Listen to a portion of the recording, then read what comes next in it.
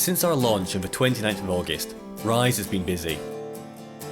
We've been developing a bold programme of red-blooded socialist policy fit for the 21st century and directly campaigning to take that message across Scotland.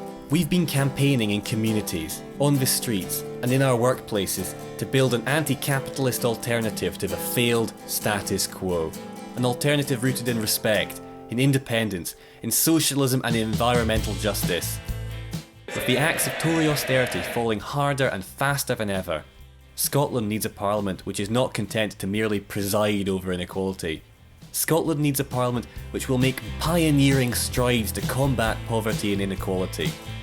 On tax, on decent wages, on climate change, and on tackling racism, Holyrood can do so much more.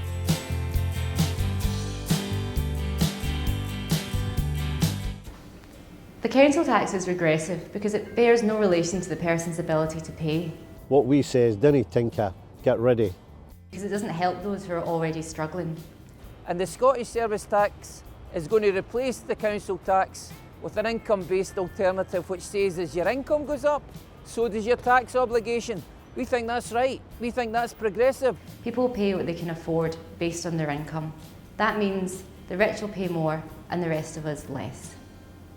Be facing punishingly high council tax bills, whilst the richest amongst us shirk their contribution. It's a simple argument. Thousands and thousands of working class people will actually benefit from it. So it's a redistributive measure. We're going to redistribute the bill.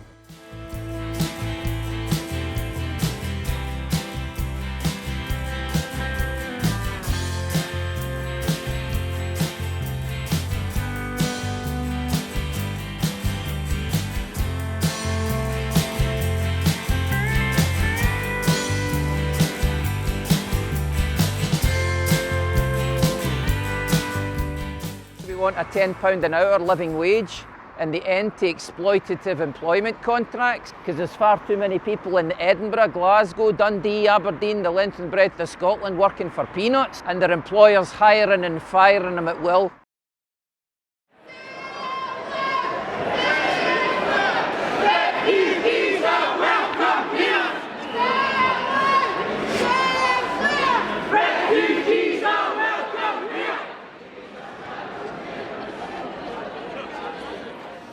I've got some guests in here paying money. We don't want to hear you rant, okay? System change, not climate change.